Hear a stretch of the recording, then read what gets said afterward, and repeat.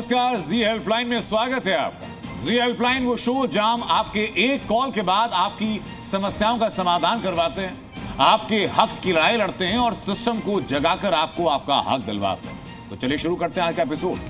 आज आपको दिखाएंगे कि दिल्ली से सटे गाजियाबाद में चलता हुआ प्राइवेट स्कूलों की मनमानी का खेल, जहां खुलेआम सरकारी नियमों की धज्जियां उड़ाई जा रही है। कैसे जी हेल्पलाइन ने पूछे कड़े सवाल तो एक बच्चे को मिल पाया उसका हक।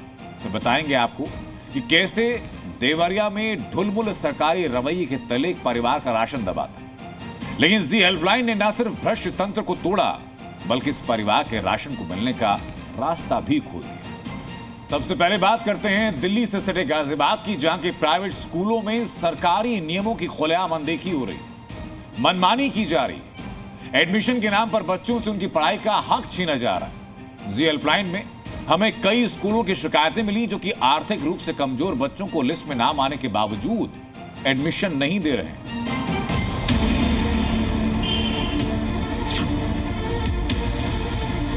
6 मार्च का नाम आ रखा है बच्चे का। 6 मार्च से चक्कर काटते काटते यहाँ पागल हो गए हम। बस यही है हमारा, एडमिशन करा दें, हाथ जोड़ के निवेदन है। स्कूल यानी शिक्षा का मंदिर, वो जगह जो छात्रों के सुनहरे भविष्य की नींव रखता है, वो जगह जो जात पात रंग भेद पैसा इन सब से ऊपर है।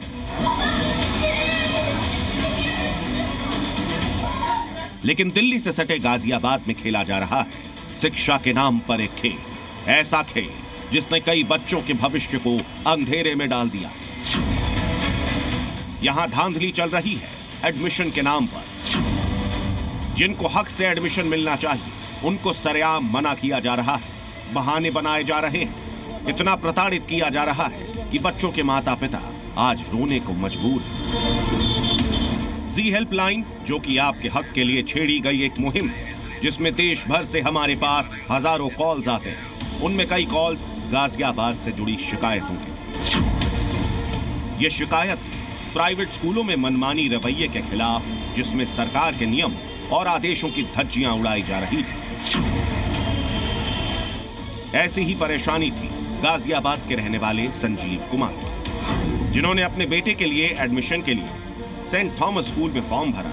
EWS कोटे के तहत लॉटरी में उनके बच्चे का नाम भी आया, लेकिन स्कूल ने दाखिला देने से इनकार कर दिया। इतना ही नहीं, उन्हें स्कूल के अंदर तक नहीं घुसने दिया। ये तो बात ही नहीं करते सर, गेट ही नहीं खोलते, कहते हमारे यहाँ तो सीट फुल है। हमारे साथ आप आए थे तो स्कूल जो गार्ड है उन्होंने क्या कहा? गार्ड ने मना कर दिया साहब, एडमिशन करने से भी, अंदर जाने से भी सर। शिक्षा के अधिकार के अधिनियम के सेक्शन 12 के तहत हर प्राइवेट स्कूल को आर्थिक रूप से पिछड़े वर्ग के बच्चों को 25% आरक्षित सीटों में प्रवेश दिया जाएगा और क्लास 12 तक मुफ्त शिक्षा दी जाएगी। इसके लिए बाकायदा एक एडमिशन प्रोसेस भी बनाया गया है। संजीव कुमार ने भी इसी नियम के तहत गाजियाबाद के सेंट थॉमस स्कूल में एडमिशन के लिए अप्लाई किया, लेकिन स्कूल नहीं माना। इसके बाद उन्होंने जी हेल्पलाइन में मदद के लिए कॉल की। जब हम स्कूल पहुंचे तो स्कूल ने ना तो कोई जवाब दिया, ना ही प्रिंसिपल ने कॉल उठाया।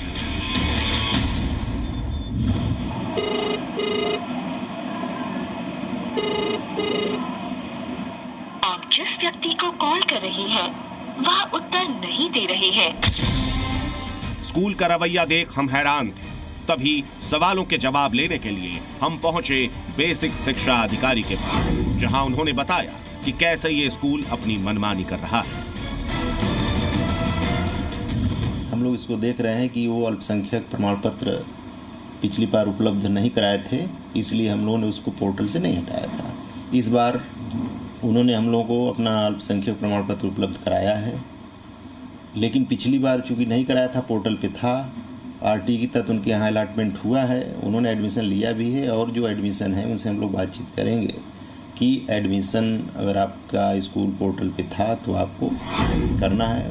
बातचीत के माध्यम से हम लोग उसका समाधान करेंगे। संजीव कुमार की तरह एक और शिकायत हमारे पास है। ये शिकायत गाजियाबाद की ही रहने वाली मीनू, जिन्होंने EWS कोटे के तहत गाजियाबाद पब्लिक स्कूल में फॉर्म भरा। फरवरी 2024 में भरे इस आवेदन में दोनों बच्चों का नाम लिस्ट में आया। नियम के मुताबिक इन्हें एडमिशन मिलना चाहिए था, लेकिन वो आज तक नहीं हुआ। मेरे बच्चे का आरटी में नाम आया था। 5-6 महीने हो चुके हैं सर, मैं चक्कर लगा रही हूँ गाजियाबाद पब्लिक स्कूल का। सर जब भी आते हैं ये कह देते हैं सीटें नहीं हैं, तो सर 5-6 महीने हो गए और अब ये कह रहे हैं कि सीटें फुल हैं। सर अभी तक मेरे बच्चे का एडमिशन नहीं लिया गया। अब बारी थी इन स्कूलों की मनमानी को खत्म करने की, इनसे जवाब मांगने की कि आखिर क्यों छीना जा रहा है बच्चों से उनकी पढ़ाई का हक।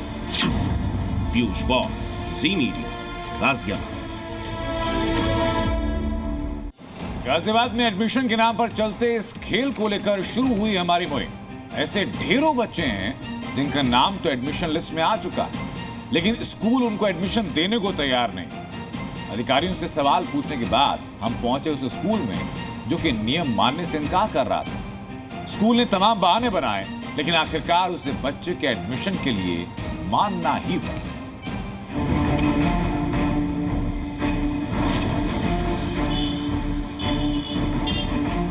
गाजियाबाद में एडमिशन को लेकर चल रही स्कूलों की मनमानी के बारे में अधिकारी अच्छे से जानते हैं। निर्देश सख्त है, लेकिन फिर भी ये स्कूल मानने को तैयार नहीं।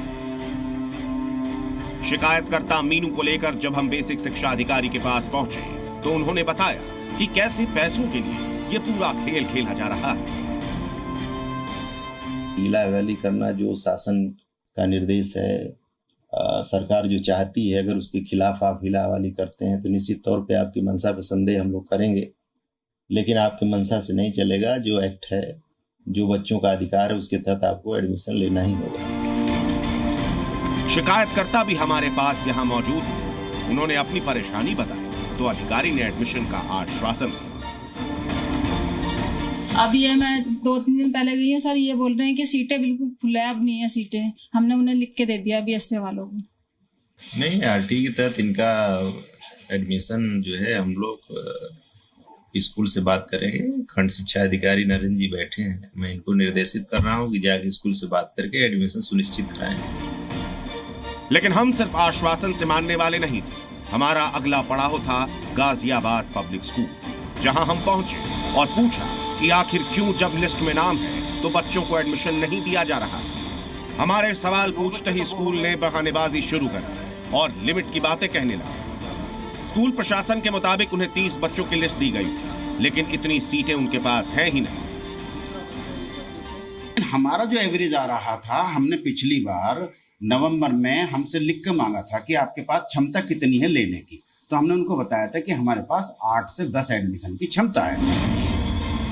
सवाल ये था कि पोर्टल पर स्कूल खुद ही अपनी सीटें अपलोड करता है, जिसके मुताबिक एडमिशन अलॉट किया जाता है, तो फिर स्कूल सीटें कम होने का दावा कैसे कर सकता है। हमने इसे लेकर स्कूल प्रशासन के सामने बेसिक शिक्षा अधिकारी को फोन कर सवाल पूछा। तो सर आपका कहना है कि इनको जो सूची 30 बच्चों की सौंपी गई है वो सभी एडमिशन लेने चाहिए? बिल्कुल लेना है इनको, बिल्कुल लेना है। इनको लेना है।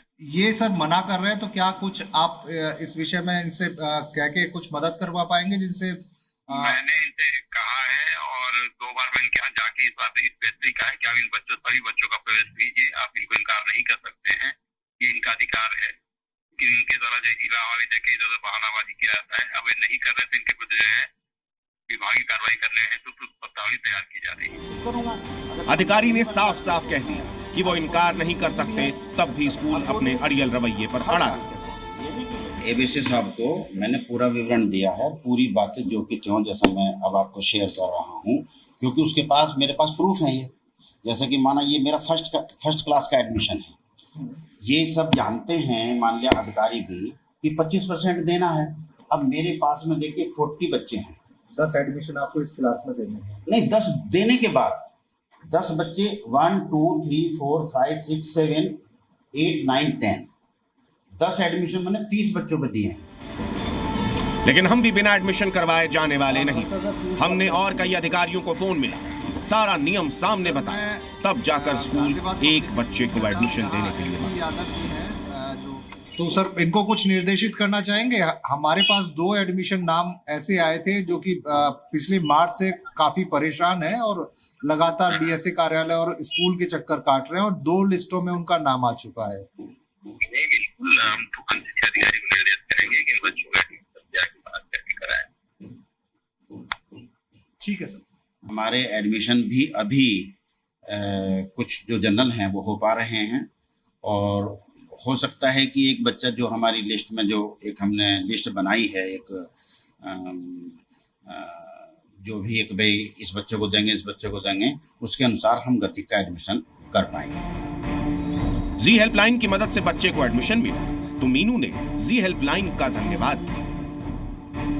सर पहली बात तो सर जी हेल्पलाइन का धन्यवाद करना चाहते हैं सर। उनके कहने से मेरे बच्चे का एडमिशन हुआ है सर। मेरे बच्चे 5 महीने से चक्कर लगा रही थी सर। इनकी मदद से मेरे बच्चे का एडमिशन हो पाया है सर। मीनू को तो मिल गया जी हेल्पलाइन की वजह से उनका हक, लेकिन उनकी तरह न जाने कितने लोग अब भी इसके लिए जूझ रहे हैं। पीयूष गौड़, जी मीडिया, गाजियाबाद। चलिए आगे बढ़ते हैं। जी हेल्पलाइन में हम आपकी मदद के लिए देश के हर कोने में पहुंच रहे हैं, और हमारी ये मुहिम सिर्फ बड़े शहरों या जिलों के लिए नहीं है, बल्कि गुमनामी में खोए हुए गांव में भी ये लगातार जारी है। और ऐसा ये गांव है यूपी के देवरिया में, जहां का एक परिवार पिछले 4 सालों से राशन के लिए लड़ाई लड़ रहा है। लेकिन जी हेल्पलाइन में जैसे ही उन्होंने कॉल किया, उनकी यह समस्या एक बार में हल हो गई।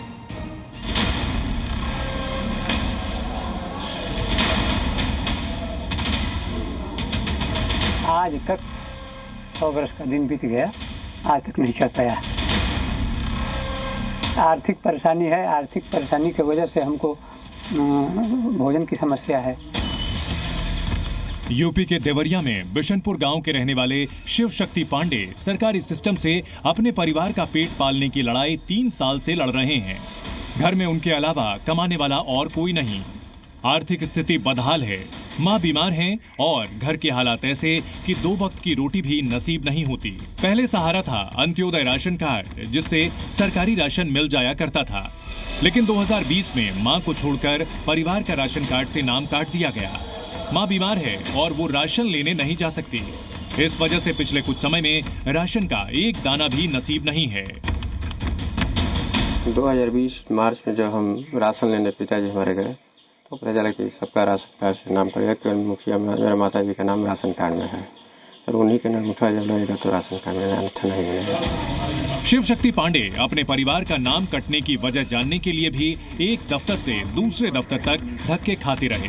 कागज मांगे गए तो कागज दिखाए गए। राशन कार्ड में नाम चढ़वाने के लिए सभी जरूरी दस्तावेज उनके पास थे, लेकिन तब भी कोई सुनवाई नहीं हुई। इंस्पेक्टर से बात की हम, तो उसने बुलाया हमको कि आधार कार्ड लेके आइए, हम आपका नाम चढ़ा देंगे। तो उसने कागज को ले लिया और कहा कि हम चढ़ा देंगे। लेकिन आज तक 6 वर्ष का दिन बीत गया, आज तक नहीं चढ़ पाया। जब उम्मीद टूटने लगी थी, तब शिव शक्ति पांडे ने जी हेल्पलाइन शो देखा, फोन नंबर लिया और मांगी जी हेल्पलाइन से मदद। हमारी टीम उनकी एक कॉल के बाद सीधा उनके घर पहुंची। घर की स्थिति देखी, पूरी समस्या जानी और फिर लग गई उसके समाधान में। हमारा पहला पड़ाव था वो राशन की दुकान, जहां से इन्हें खाली हाथ लौटाया जाता था। वहां राशन वितरण करने वाले कोटेदार से जब सवाल पूछा तो उन्होंने ठीकरा ऊपर के अधिकारियों पर फोड़ दिया। यादव जी, वितरण आप ही करते हैं? हाँ। तो शिव शक्ति पांडे जी का नाम कब से कटा है? राशन क्या वजह रही है इसकी? अब ये तो कटा है बहुत पहले से। ठीक, अब वजह तो नहीं, वो तो कट ही जाता है। तो चढ़ाने का प्रयास किए हैं, नहीं हो पाया है। जी हेल्पलाइन की टीम का अगला पड़ाव था जिला पूर्ति अधिकारी का कार्यालय, जहां हम शिकायतकर्ता शिव शक्ति पांडे को लेकर पहुंचे और उनकी पूरी बात अधिकारी को बताई। सर, इनका मामला है सर, ये सर पिछले 3 साल से भटक रहे हैं। अंत्योदय कार्ड है इनका, और इनके परिवार के लोगों का नाम कट चुका है। काफ़ी दिक्कतें हो रही है इनको सर। एक व्यक्ति का नाम है, उनकी माता जी का नाम है, वो बीमार है। जिला पूर्ति अधिकारी ने जब हमारी बात सुनी तो जांच शुरू की। सिस्टम में शिकायतकर्ता का कार्ड मिला। जब हमने पूछा कि क्यों सभी कागज होने के बाद भी इनका नाम नहीं चढ़ाया जा रहा, तब वो पहले तो शिकायतकर्ता के यहाँ आने से ही इनकार करने लगे, और तो और फिर यूनिट्स की कमी का बहाना बनाने लगे। दिक्कत क्यों आ गई, इतना विलंब क्यों? अब मैं तो इनको नहीं पहचानता, 2 साल से तो मैं ही हूँ, तो हो सकता है सही जगह एप्लीकेशन में पहुँची हो। ऐसे हमारे पास यूनिट्स की प्रॉब्लम है, क्योंकि यूनिट्स हमारा फुल हो जाता है, तो उस समय हम एप्लीकेशन भी यूनिट्स बढ़ा नहीं पाते, तो इस कारण से दिक्कत रही होगी। बहानों के बाद आखिरकार जिला पूर्ति अधिकारी ने गलती मानी और शिकायतकर्ता का नाम जोड़ने पर सहमति दी। तो ये हमको आधार दे रहे हैं, तो इनका नाम जो है इन्होंने लगा दिया है, कागज भी परिवार रजिस्ट्री निकल हो जाएगा, इनका नाम चढ़ जाएगा। जी हेल्पलाइन का असर इतना तेज था कि हमारे वहां होते होते शिकायतकर्ता के नाम की एंट्री कर दी गई, जिससे जल्द ही उनके कार्ड में ये नाम जुड़ जाएगा। 3 साल से कार्यालयों में भटक रहा था, जो कि कोई सहयोग नहीं मिला। मैं जी न्यूज हेल्पलाइन से सहयोग मांगा और उससे मेरा सहयोग मिला और मेरा नाम जोड़ने का आश्वासन मिला, जिसका मैं जी न्यूज को धन्यवाद देता हूँ। शिव शक्ति पांडे जैसे ना जाने कितने लोग अधिकारियों की अनदेखी की वजह से अपने हक से दूर रहते हैं, लेकिन अब उनके हक की आवाज जी न्यूज लगातार बन रहा है। जैसे इन्हें इनका हक मिला, जी हेल्पलाइन की मुहिम आपको भी आपका हक दिलाने के लिए लगातार जारी रहेगी। त्रिपुरेश त्रिपाठी, जी मीडिया, देवरिया। और जी हेल्पलाइन में आज के लिए सिर्फ इतना ही, लेकिन हमारी ये मुहिम 24 घंटे लगातार जारी है। बहुत शुक्रिया आपका जो हमें इतना प्यार दे रहे हैं, और अब तक हजारों कॉल्स हमारे पास आ चुके हैं और हमारी टीम उन पर लगातार काम भी कर रही है। हमें आप भी कॉल कर सकते हैं 9711900700 पर, और ईमेल कर सकते हैं z.helpline@zmedia.com पर। हमारी टीम आपकी समस्या न सिर्फ सुनेगी, बल्कि आपके हक की लड़ाई की आपकी साथी बनेगी और आपकी समस्या को पूरी तरह हल होने तक बनी रहेगी, क्योंकि जी हेल्पलाइन एक ऐसी मुहिम जो सिर्फ और सिर्फ आपके हित के लिए शुरू की गई।